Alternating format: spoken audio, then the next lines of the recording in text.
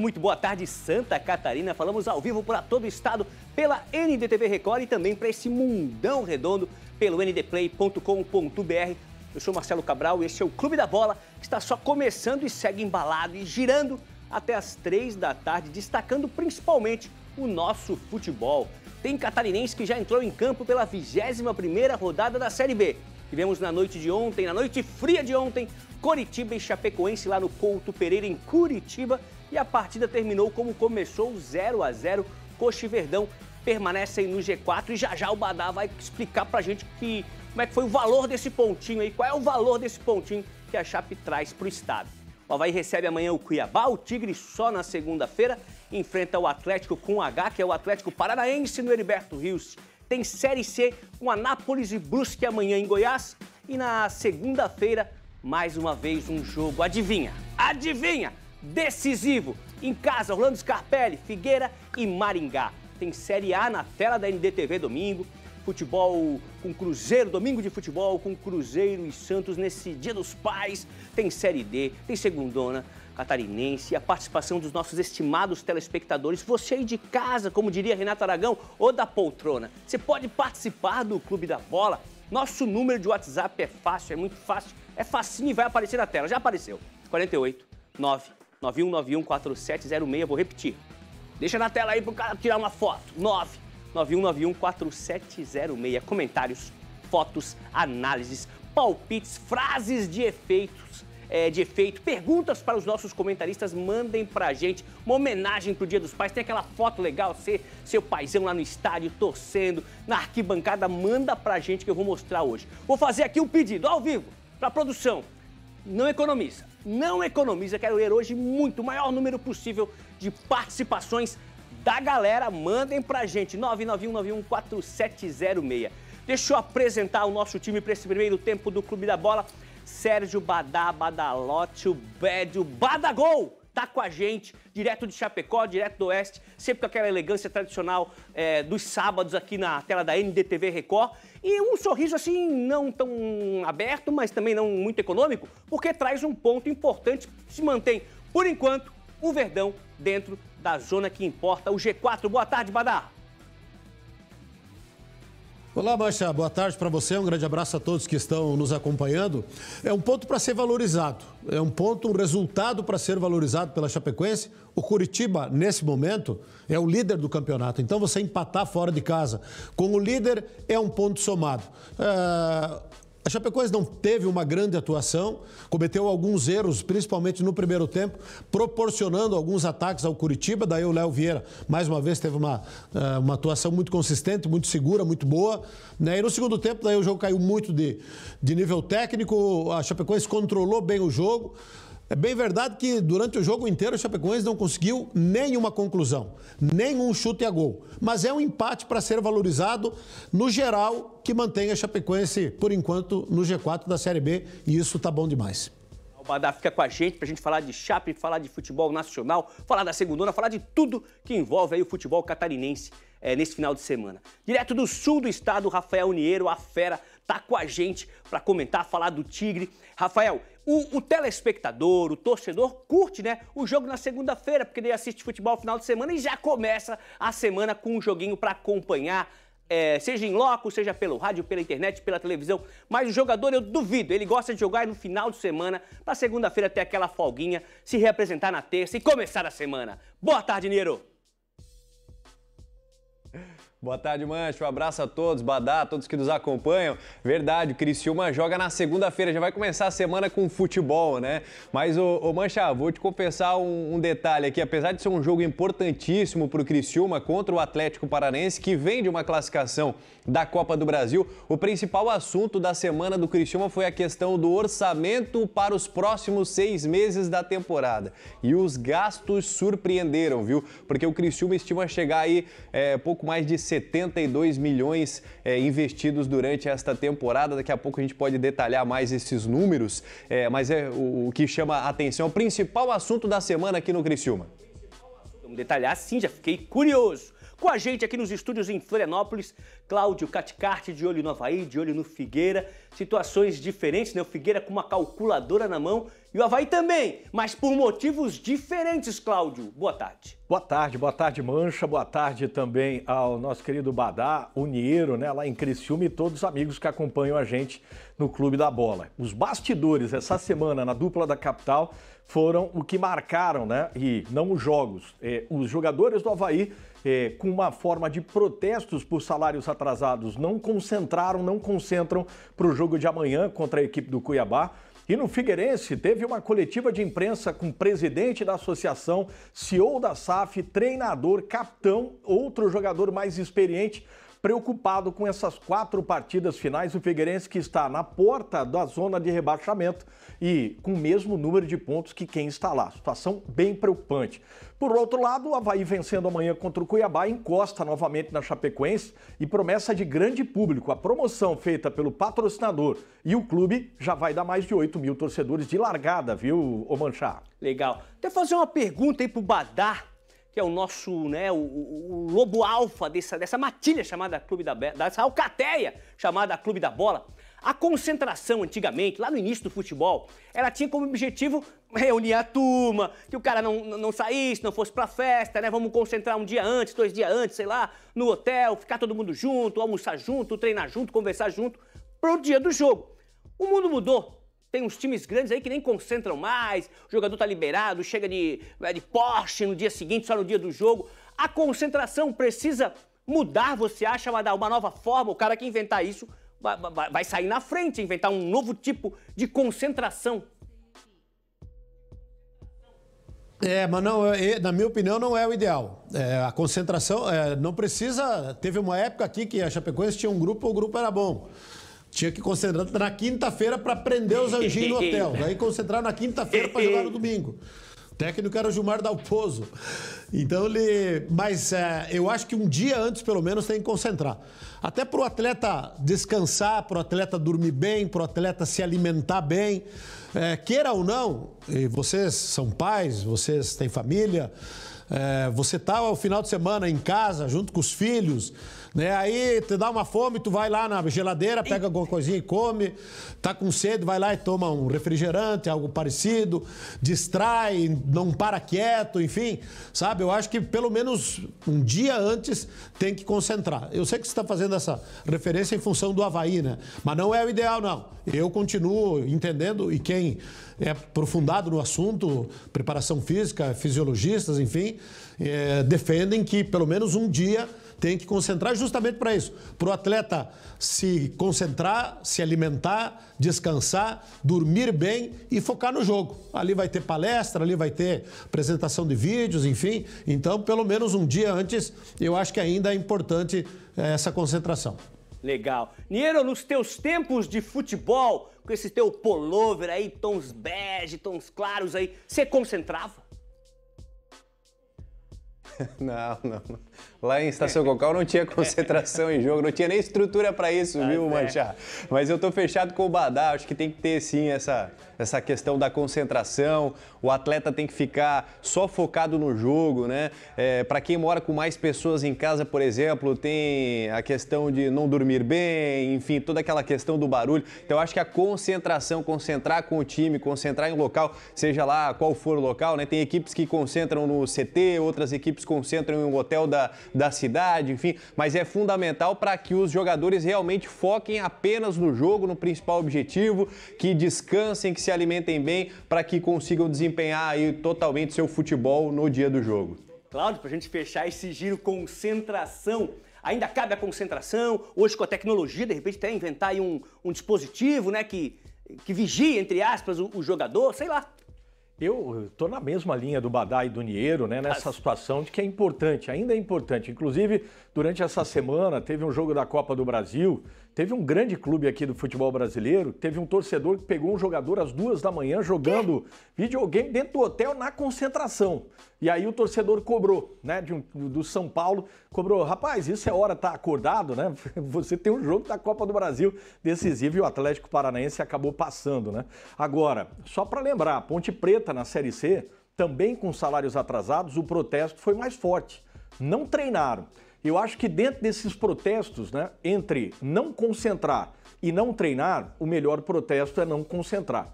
Porque uma coisa, se você não treina, você não joga, você não tem intensidade do jogo. Então, ainda bem que os jogadores do Avaí fizeram esse protesto não concentrando, mas mantiveram um treinamento. Porque se for para escolher, viu, Mancha, que não concentre.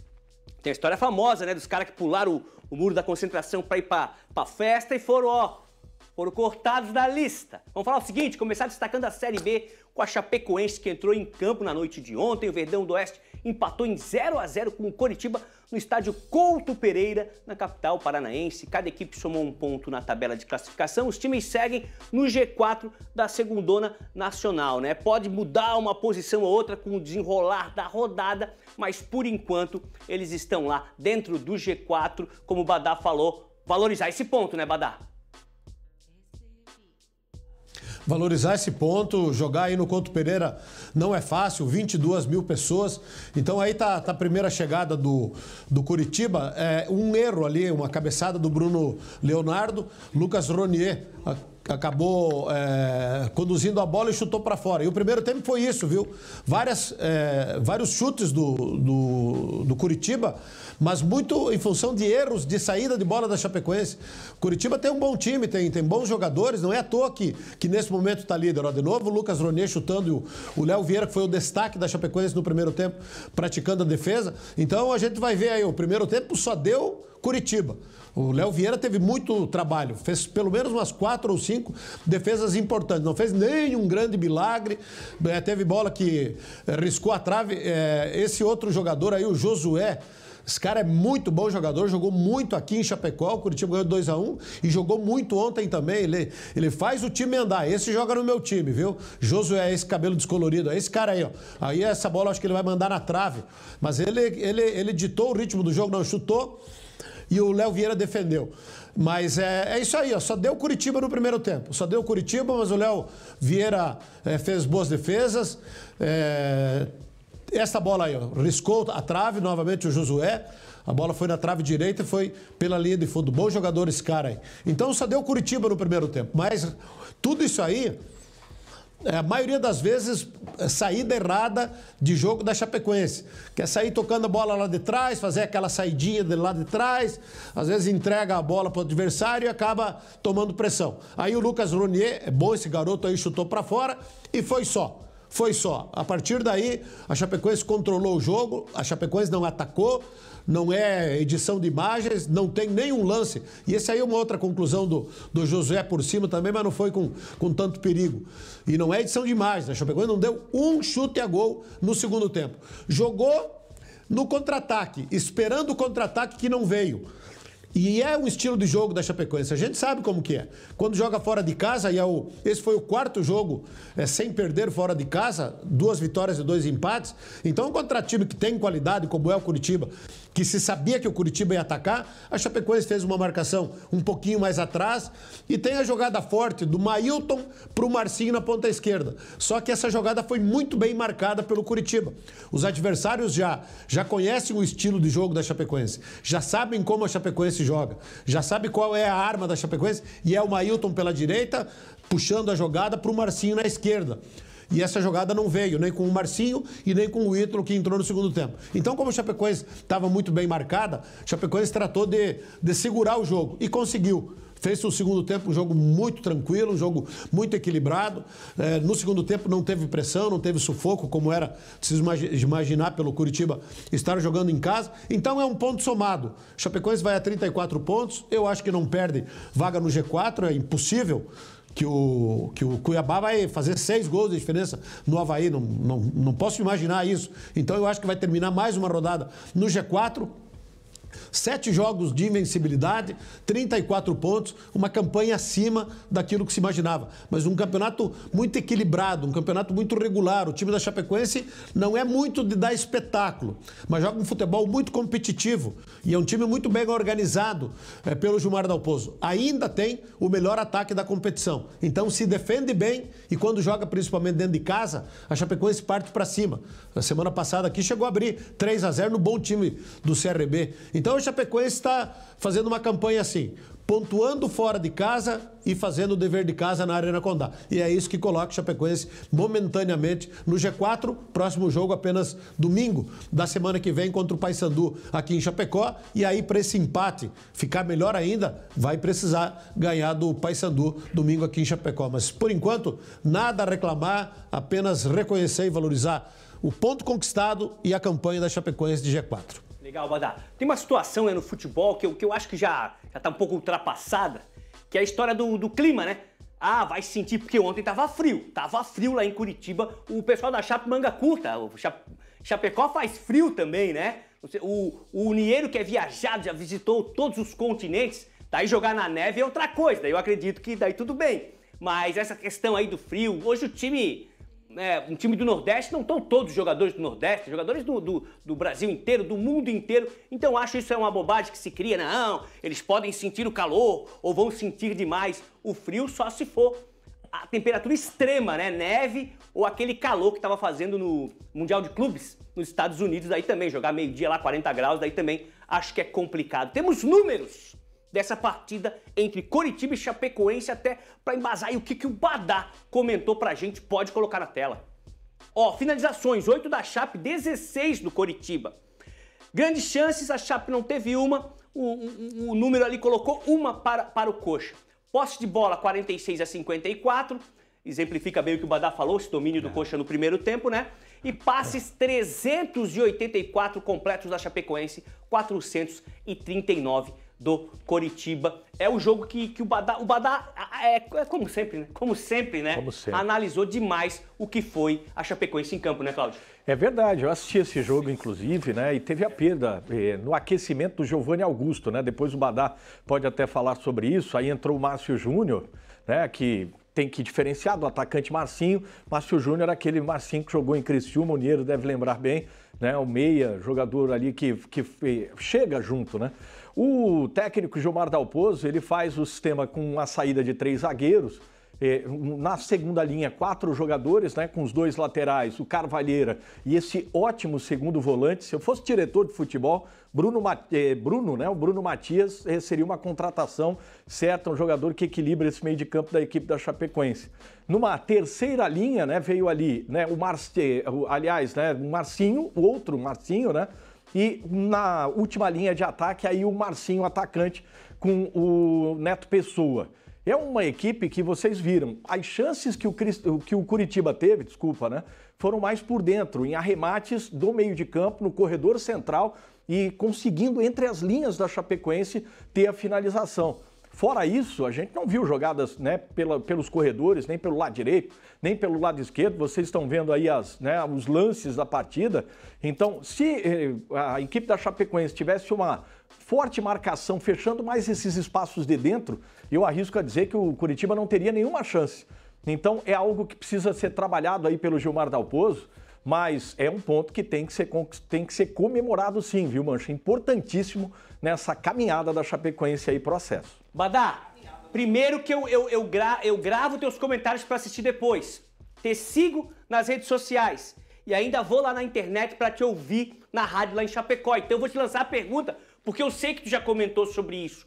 O retorno, tradicionalmente, ele é mais difícil que o turno.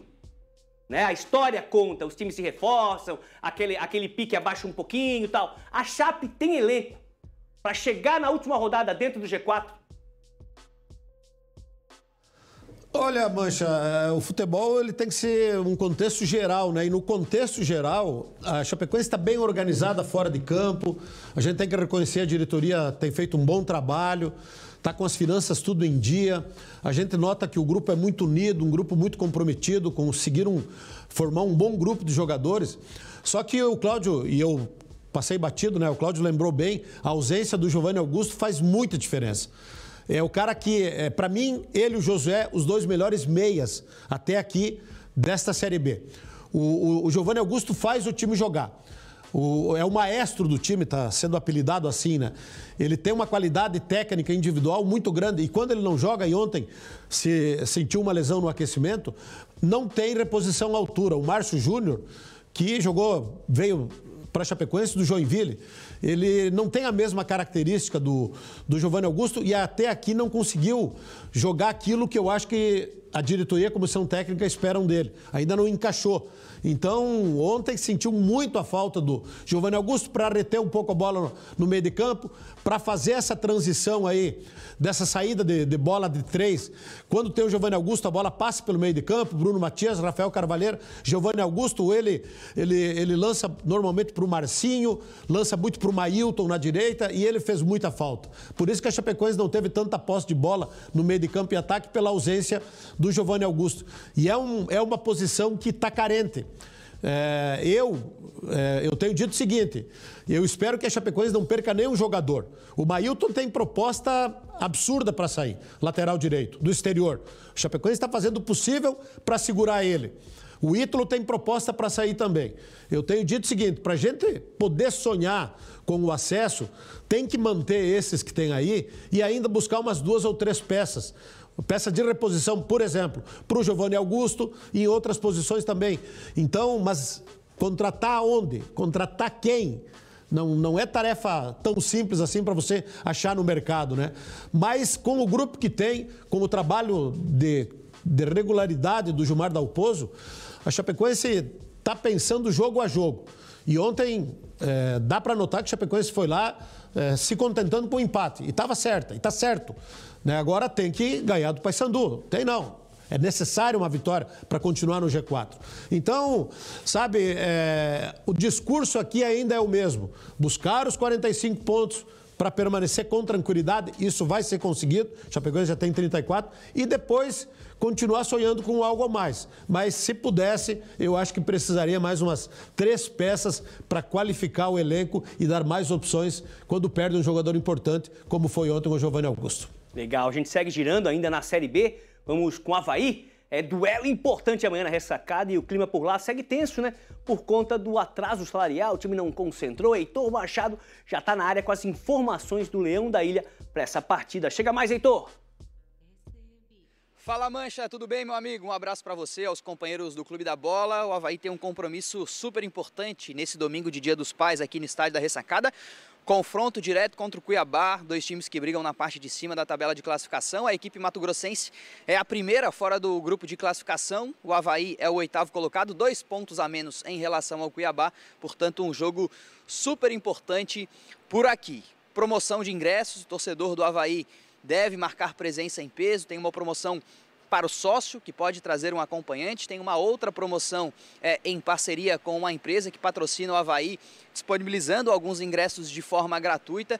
Então a tendência é que a gente tenha um bom público para esse jogo do final de semana aqui no estádio da Ressacada. O técnico Jair Ventura tem desfalques importantes. Raylan e Emerson Ramon. 2 jogadores que pertencem ao Cuiabá estão emprestados ao Avaí e, por força de contrato, não podem jogar no domingo. Além deles, o Igor, com uma lesão muscular, também desfalca a equipe. Olho na tela para a provável escalação do Leão, que tem o César no gol, com Marcos Vinícius, Jonathan Costa, Eduardo Brock e Mário Sérgio fechando o sistema defensivo, Zé Ricardo, João Vitor, Marquinhos Gabriel e JP, com Aleph Manga ou Andrei e o Kleber na referência do ataque. A preparação do Avaí para esse jogo tem uma diferença em relação ao processo de concentração. Os atletas optaram por não concentrar para esse jogo em função dos atrasos salariais, um acordo com a diretoria do clube. Então, no dia de hoje, eles vão treinar e, em vez de ir para o hotel de concentração, eles vão para suas casas e no domingo se reapresentam para o jogo contra o Cuiabá. 4 da tarde, confronto direto, a gente vai estar por aqui acompanhando todos os detalhes na segunda-feira para contar a história desse jogo na programação da NDTV. Mancha, amigos, volto com vocês. Valeu, Heitor Machado, fera demais. Cláudio Caticarte, esses desfalques ali que o Heitor comentou, o Emerson Ramon vai fazer muita falta no Avaí? É o desfalque mais pesado, né? Veja que do time titular dos últimos jogos, ele está perdendo 2 jogadores logo na última linha, né? Na linha de ataque. O Igor pela lesão, e o Emerson Ramon. E o Emerson Ramon, dentro do novo sistema utilizado desde o jogo contra o Remo, né, que vinha com uma base de 3 jogadores na defesa, com Marcos Vinícius, não como zagueiro, mas saindo nessa linha de 3 jogadores na primeira linha, junto com o Jonathan Costa e também com o Eduardo Brock. E o Emerson Ramon fazia esse corredor, né, pelo lado direito, e é um jogador que tem muita força, né, um jogador com físico de área a área, um jogador que ajuda na recomposição na marcação e é uma arma, né, no ataque pela velocidade que tem, pela força que tem, pela explosão que tem. E no elenco do Avaí, as opções, né, o Guilherme Santos, que foi uma contratação recente, o próprio Taylor, o garoto, né, e tem também o Léo Reis, são jogadores que não têm essa característica de força, né, de fazer esse corredor área a área com a mesma força, né, que traz repertório ofensivo, voltar para recompor e marcar. Por isso a gente viu ali na arte, né, que foi mostrada durante a matéria do Heitor, que tem a possibilidade de ele voltar a um 4-4-2, aonde ele iniciou, tá aí na tela aí para você, onde ele iniciou na Série B, né, com os 4 jogadores da linha defensiva, a possibilidade do retorno do Mário Sérgio, que entrou bem no último jogo, fez inclusive o gol do Avaí contra o Novo Horizontino, Marcos Vinícius na direita, os 2 zagueiros, Jonathan Costa e Eduardo Brock. Aí o meio preenchendo com 4 jogadores, né, da função, Zé Ricardo e JP, no lado direito o João Vitor, que retornaria ao time titular, com Marquinhos Gabriel, que inclusive, diferente lá da época dele de Criciúma, vai fazer na Série B a 21ª partida, ele participou de todos os jogos. O Kleber da mesma forma, que participou de todos os jogos até agora, e a possibilidade do Aleph Manga. Então, ele que jogou contra o Botafogo num 3-2-5, pisando com 5 jogadores no campo de ataque, por força, né, das ausências de Igor e também de Emerson Ramon, vai com uma equipe um pouco mais compacta e trabalhando mais pelo corredor central, mais pelo meio de campo, viu, Mancho? A gente tem até uma arte também com os números do Emerson nos últimos jogos aí do Avaí. Vamos ver se está no ponto. Se estiver no ponto, a gente pode colocar, ó. Emerson Ramon desfalca o Avaí contra o Cuiabá. 3 gols nos últimos 3 jogos. Média de 76 minutos em campo, média de 1 gol a cada 252 minutos, titular em 8 dos 20 jogos da Série B.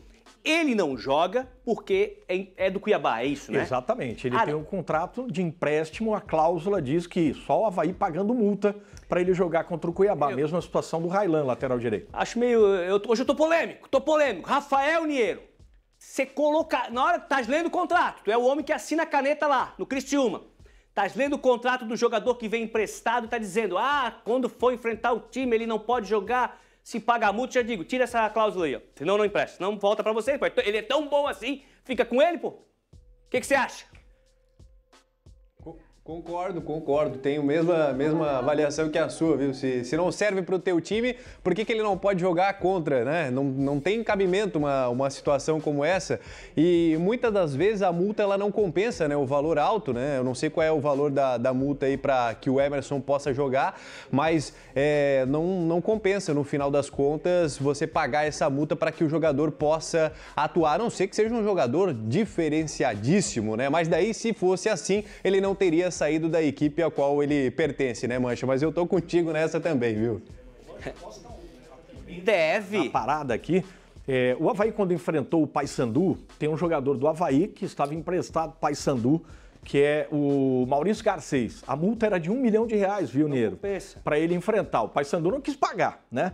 Agora vê pelo outro lado, viu, Niero? Você empresta o jogador pro seu time, você libera, não coloca no contrato, o cara vem e faz o gol. Não, ele vem com sangue no olho. O contrato ainda está vigente, o cara vai voltar para cá, viu?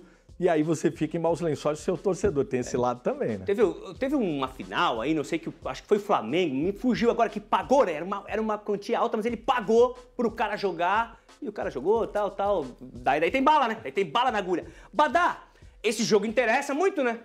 Nosso Verdão. Cuiabá e Avaí. Interessa para a Chapecoense, né? Porque se o Avaí empatar ou ganhar, a Chapecoense permanece, mesmo que o Remo vença o seu jogo, a Chapecoense permanece pelo número de vitórias. E o número de vitórias é importante, hein? O número de vitórias pode fazer a diferença, tanto na parte de cima quanto na parte de baixo da tabela de classificação, porque essa Série B está muito equilibrada. Então, é um resultado que diz interesse diretamente de Chapecoense. O ideal para o Verdão seria um empate amigo. porque aquele que ganhar vai se aproximar ainda mais da Chapecoense, né? Mas eu acho que eu tenho visto o Cuiabá jogar, é uma SAF, li uma matéria essa semana deles que eles têm um número total de 148 sócios. 148 sócios, uma média eu acho que de 2.300 torcedores por jogo. Então, é um clube que é mantido através dessa SAF aí. E tem bons jogadores, tem bom investimento. Guto Ferreira não é um técnico barato, né? É um time que eu acho que ainda briga na parte de cima da tabela de classificação. E o Avaí também, se resolver essas questões internas aí, que pelo jeito está difícil para resolver, né? O Avaí também briga na parte de cima. Então, para a Chapecoense, resumindo, o melhor resultado seria um empate amigo. E tem uma arte comparando as campanhas, né, do Leão e do Cuiabá. Pode colocar na tela pra gente. O pessoal de casa dá uma olhada também. O Avaí, né, 20 jogos até agora, 20 jogos também o Cuiabá, vitórias tem 7, o Cuiabá tem 9. Empates, o Avaí tem 8, o Cuiabá tem 4, empatou pouco. Derrotas tem 5 o Leão, 7 o Cuiabá. Gols pró, 27 pro Avaí, 24. O Avaí marcou mais pro Cuiabá. Gols contra, 21. Cuiabá também sofreu mais gols, 22. Pontos, 29 a 31. A vitória, né? 2 vitórias a mais ali o Cuiabá tem na matemática. E eu tenho a pergunta dupla para ti, Cláudio. Manda. Primeiro, o cara é profissional, vai jogar, salário, todo profissional, seja ele um jogador de futebol, um jornalista, um radialista, o cara quer chegar lá no dia do pagamento e tá na conta do banco, não interessa se ganha muito, se ganha pouco, ele quer o dinheirinho dele lá do mês, trabalhou. E a segunda pergunta em relação às contratações que o Avaí fez agora recente, né? Teve até a brincadeira com o jogador, falaram que o Avaí trouxe um zagueiro de 19 anos, né? Brincando com o Jesus, Anderson, né? Jesus. Anderson Jesus. E não teve aquela contratação do torcedor ir lá no aeroporto. Floripa Airport. Lá recebeu o cara. A última vez que eu vi isso foi o Louco Abreu. Louco Abreu pro Figueirense. Lembra? Lembro e a lembrança não é boa. Eita. Mas vamos lá. A sua primeira questão, né, é muito importante a gente falar sobre isso, porque os jogadores, né, que já passaram por esse tipo de situação, eu vi vários relatos, né? Gente que consome muito futebol, que é o seguinte: a hora que o juiz apita no jogo, isso não influencia, né? Porque o jogador é profissional, é competitivo, quer vencer. O problema maior é essa questão a longo prazo, no dia a dia, no treinamento, né? Que se alongar muito essa situação de atrasos de salário, isso vai gerando desgastes no dia a dia. O cara já não treina com a mesma intensidade, quem não treina com intensidade costuma jogar com menos intensidade também. Então, por enquanto, a situação ainda está controlada. E, como a gente já falou anteriormente aqui, o protesto está sendo não concentrar. Quando o protesto for não treinar, a situação vai ficar mais complicada. E diante da sua segunda pergunta, é importante, né, colocar uma boa questão, porque a gente está vendo nesse retorno da Série B do Campeonato Brasileiro várias equipes crescendo no nível técnico pelas contratações que fizeram. O Avaí ainda está brigando, né, próximo ao G4, agora com 5 pontos pelo empate da Chapecoense ontem, na minha opinião, muito ainda fruto do bom trabalho do Jair Ventura. Você pode reclamar de um jogo ou outro do treinador, mas a grande estrela, né, enquanto vocês estão vendo imagens do treinamento do Avaí, tem sido o seu treinador. O Avaí está sempre beliscando o G4, mais pelas modificações táticas. Não veio aquele jogador que eleva, né,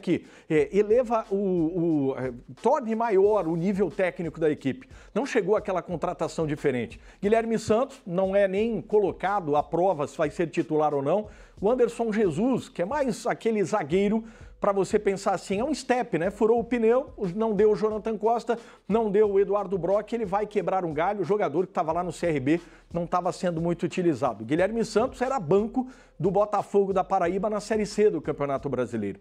Então, trazendo esses exemplos, não veio uma contratação para aumentar o nível. Como, por exemplo, o Cuiabá contratou o jogador do Tajeres da Argentina, já jogou no Ceará, o Alejandro Martínez, que estreou no último jogo, e foi o melhor jogador em campo na vitória do Cuiabá contra o Volta Redonda.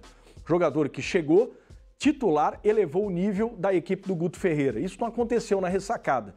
E aquilo que se cobrava do Gilmar Dalpozo no Avaí ano passado, que igual o Jair Ventura chegou à liderança da Série B, que ele chegou, como o Badá colocou hoje no seu comentário, né?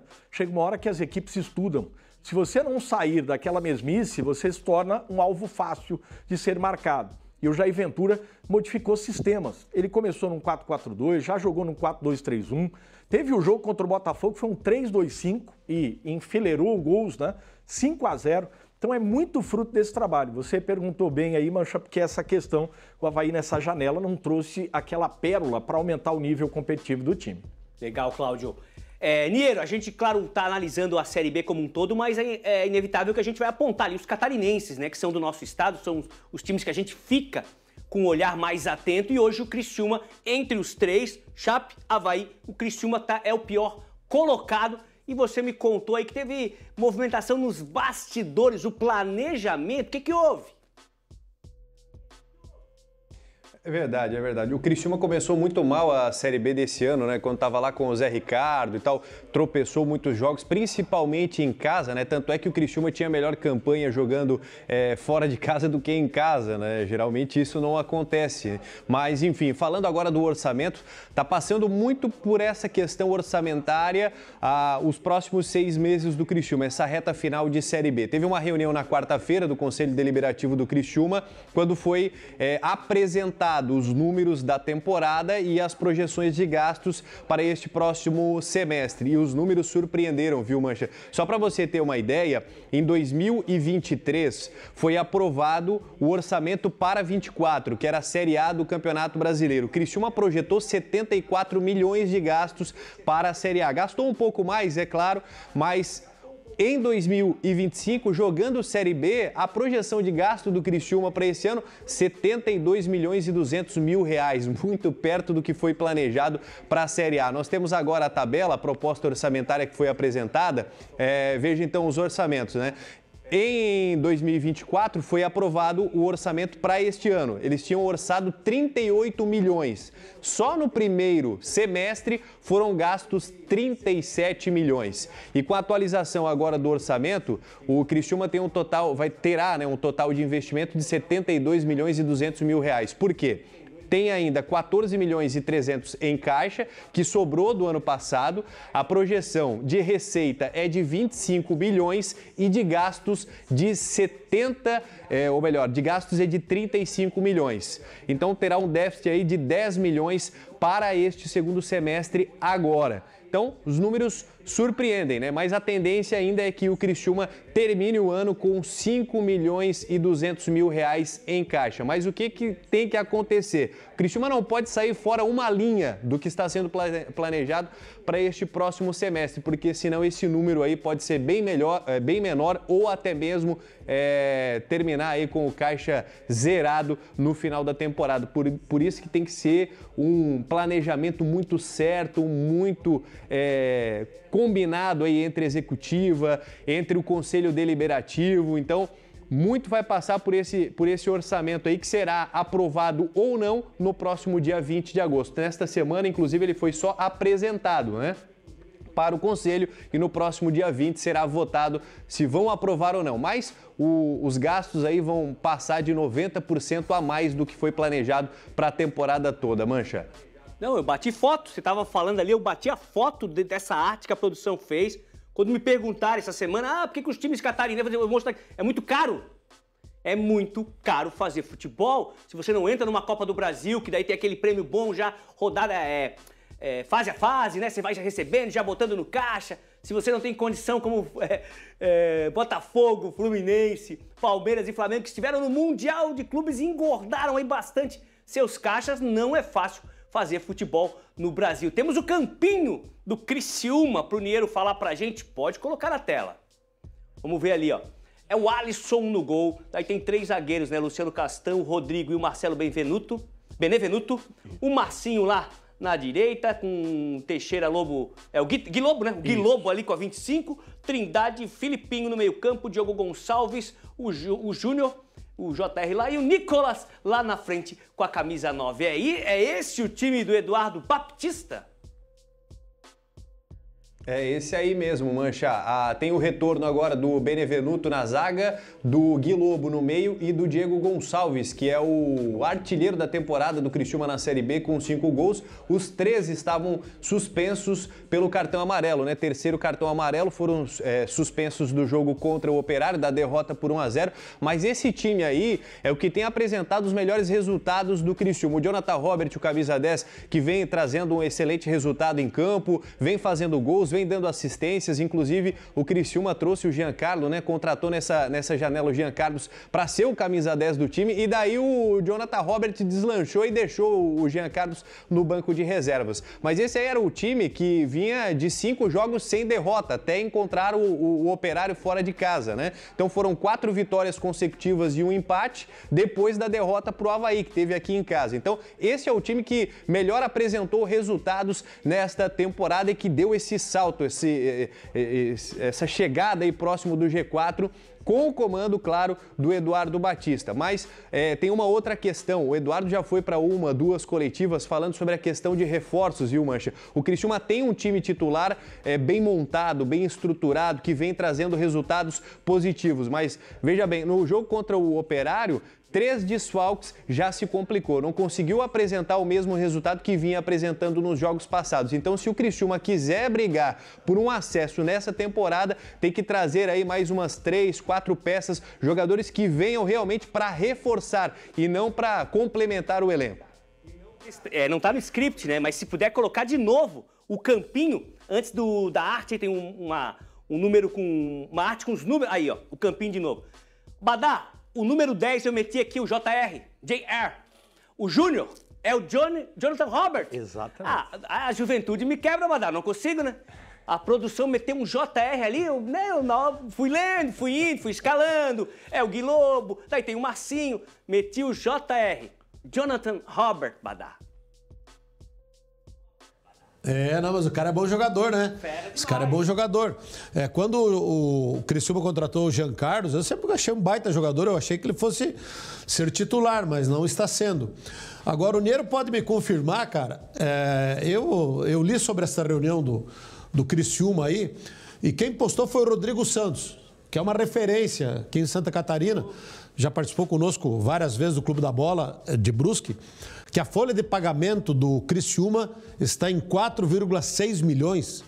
4,6 milhões. E eu vi, alguns dias atrás, o Eduardo Batista dizendo assim, não, para aí, ó. Vocês querem conversar sobre o quê? Querem conversar sobre acesso? Não, então temos que reforçar. Que com esse elenco nós não temos condições de brigar com a turma de cima. Essa entrevista eu vi, tentando justificar um resultado. E técnico é assim, tem muito treinador que é assim, né? Quando o resultado não é bom, não, precisa contratar, precisa qualificar. Mas aí a folha de pagamento do Criciúma é 4,6 milhões. Só para se ter uma ideia, aqui em Chapecó, a folha de pagamento, essa pergunta eu fiz para o presidente Alex Passos aqui no estúdio do Balanço Geral. Quanto é o investimento da Chapecoense no futebol profissional? 2 milhões e 700 mil. Incluindo encargos, que a gente sabe que dá aí quase 50%. Então a folha de pagamento da Chapecoense hoje, por aquilo que eu entendi, gira em torno de 1 milhão e 600, 1 milhão e 700 no máximo, de salário para a comissão técnica e jogadores. E aí o Eduardo Batista pede reforços, mas está com uma folha de 4 milhões e 600 mil reais. Deixa eu até complementar. Me chamou a atenção. Essa excelente manifestação aí do Badá, complementar para o Niero também responder. Os gastos ali, a projeção de gastos dos próximos 6 meses, ela é de 35 milhões, né? Dá pouco mais de 5 milhões e 800 mês, se for dividir por 6, agora que é o restante da temporada do Criciúma agora. Porque foi gasto muito errado lá no começo da temporada, né? O Criciúma pagou luvas para jogadores, a contratação do Juninho, por exemplo, foi mais de 1 milhão e 100 para o Juninho vir para o Criciúma, foram pagas luvas, que o clube nunca pagou luvas, né? E esse ano tivemos um gasto muito excessivo no começo dessa temporada, foi o que chamou a atenção. Mas propriamente dito da questão do orçamento, da folha especificamente, eu não tenho essa informação. Sei que alguns jogadores deixaram o clube, até a gente tinha feito uma projeção aqui, um levantamento, né? Foram contratados 30 atletas e tivemos agora recentemente 19 desligamentos. O Criciúma teve uma economia aí na folha salarial de mais de R$800 mil somente nessa janela de transferências depois da vinda do executivo Ítalo Rodrigues. Você queria falar, Cláudio? Isso, eu ia complementar até o Iniero responder um pouco, né? Porque muito boa colocação do Badá a respeito dessa questão financeira. E eu me assustei depois do jogo contra o Operário. O Criciúma vinha de 5 jogos, 4 vitórias e um empate, e aí uma derrota contra o Operário, que pode acontecer, né? Às vezes você tem um jogo fora da curva, enfim. E as coletivas, a gente falou no último Clube da Bola aqui, tanto do Eduardo Batista quanto do diretor de futebol, o Ítalo Rodrigues, né? Falando sobre problemas de contratações que necessitavam, que ia ter essa reunião que aconteceu dia 6, né? Do Conselho Deliberativo, para determinar o orçamento e tal. E era isso que eu ia complementar perguntando ali para o Iniero, ele começou respondendo corretamente nesse sentido. Com mais de 70 milhões de investimento, com uma folha de pagamento de 4 milhões e tantos, né? Quem que falhou, né, nessa falta de equilíbrio na montagem do time? Foi o Ítalo Rodrigues, que entrou com o carro andando e que está até diminuindo a folha com a saída de alguns jogadores. Como você falou, né, teve uma redução de 800 mil. E quem era o diretor anterior, então, que deve ter tido uma maior parcela de erros dentro dessa, vamos dizer, um desequilíbrio da equipe, porque você gasta o valor que você gasta e chega em agosto e ainda entende que não tem, além do 11, né, peças de reposição, é um problema, né, Iniero? Exatamente. No começo da temporada, quem reformulou, ou quem construiu esse elenco pro início da temporada, para a disputa do Campeonato Catarinense, que inclusive foi eliminado precocemente do Campeonato Catarinense, depois teve aquela goleada na Copa do Brasil. Nós tínhamos um outro presidente, que era o Alexandre Farias, né, que estava como presidente naquele momento, depois saiu para assumir a Federação de Tênis, e o Juliano Camargo e o Éder que fizeram a montagem desse elenco, né? Foi a princípio ali onde aconteceram estas contratações. Depois o Ítalo Rodrigues, ele pegou o carro andando e teve que trocar os 4 pneus, né, com o carro andando aí para ajustar esse elenco. Saiu o Zé Ricardo, veio o Eduardo Batista e daí com o Ítalo Rodrigues eles começaram a reformular o elenco do Criciúma para a temporada. Por isso que extrapolou totalmente o orçamento aí da temporada de 2025. Tá certo. A gente tem os números do Criciúma, ver se a gente consegue ilustrar um pouco isso que a gente está comentando, isso que a gente está falando aqui nesse bloco, né? Vitórias, o Criciúma tem 6, tem 2 empates, tem 2 derrotas. É um equilíbrio ali, até que venceu bem, né? Gols feitos, marcou 13, sofreu 8, não sofre muito gol a defesa, né? 7º colocado da Série B com 29 pontos. A gente sabe que nisso tudo ainda tem aqueles acordos técnicos que passaram, jogadores que passaram, não é uma exclusividade do Criciúma, que ainda tá pagando, né? Rescindiu o contrato, mas tinha multa, ainda tá pagando, tem mais 12 parcelas para receber, não é culpa do profissional, não. Mas se eu sou da direção, eu digo, presidente, vem cá, presidente, não faz contrato de 3 anos, não vai ficar. Não vai ficar. Faz de 1 ano, faz até dezembro, no máximo, até dezembro. Mas daí faz aqueles contratos de 3 anos, o cara joga 6 meses, treina 6 meses, depois tem que seguir pagando, mas vamos lá, palpitômetro do Clube da Bola para Criciúma e Atlético com H, hein? Tem tabu, esse confronto aí não é fácil não, ó. O Cláudio tá animado, meteu um 0-0 na segunda-feira, vai começar a segunda-feira cabeça quente. O Badá também vai de empate 1-1, a Drica também 2-2, 1-1 também o Cacá Oliveira. Só eu e o Iniero acreditamos no nosso Tigre. Eu fui de 1-0, magrinha, mas vai ter gol. O JR, Jonathan Robert, vai fazer o gol. E o Iniero vai de 2-1.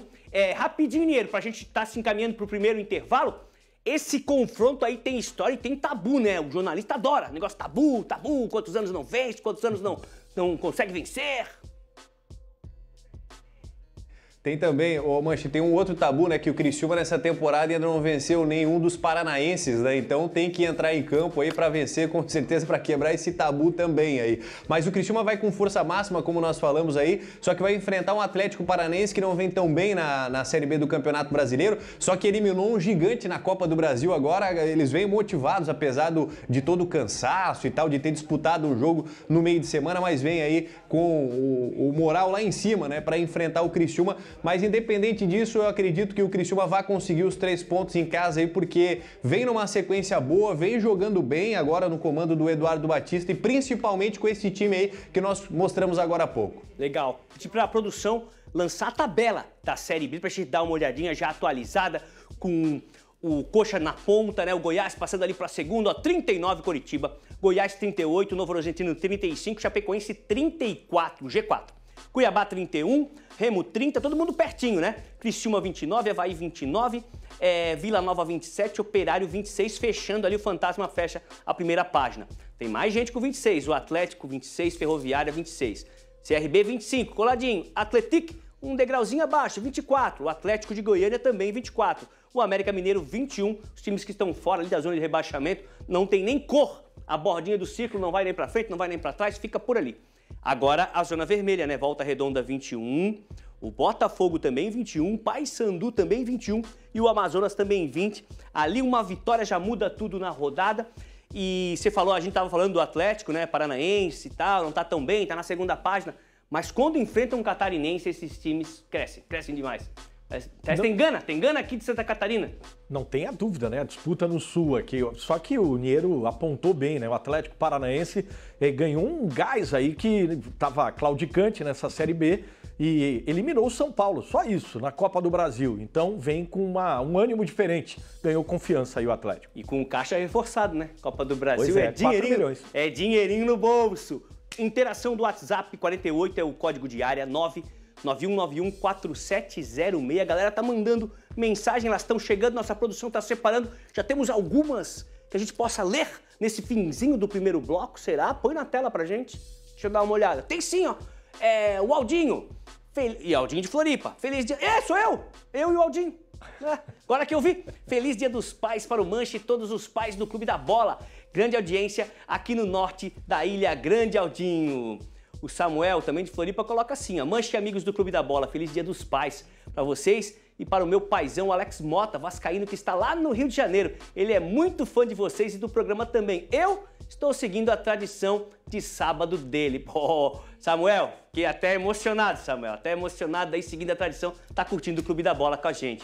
Ledemir Seibert, de Palhoça, lançou um bermudão ali na fotinha. Fica difícil, o time do Avaí precisa de muita vontade para superar a falta de qualidade e ainda atrasa os salários. É uma equação, né, cara? É uma combinação. Niero falou de planejamento, o Badá falou de futebol, a gente comentou sobre o salário, é essa equação que é muito difícil montar. O Valdir Bertolo, boa tarde, amigos do Clube da Bola, sempre assistindo vocês. Abraços para o Badá e nossa Chape está de parabéns. Rumo à Série A, tá confiante o Valdir. Feliz Dia dos Pais para todos nós. O Silvio Lemkill, com seu filho e o Lion, feliz Dia dos Pais, o amor é contagioso. E ali na foto também, o craque, o M10, o Marquinhos. Esse tem história do Avaí. Temos mais uma mensagem? Fechou a mensagem, então vamos fazer o seguinte, a gente vai pro intervalo e volta para falar de Série C, de Série D, de Segundona Catarinense, e tem muito mais papo aqui no Clube da Bola, na NDTV Record. Não sai daí.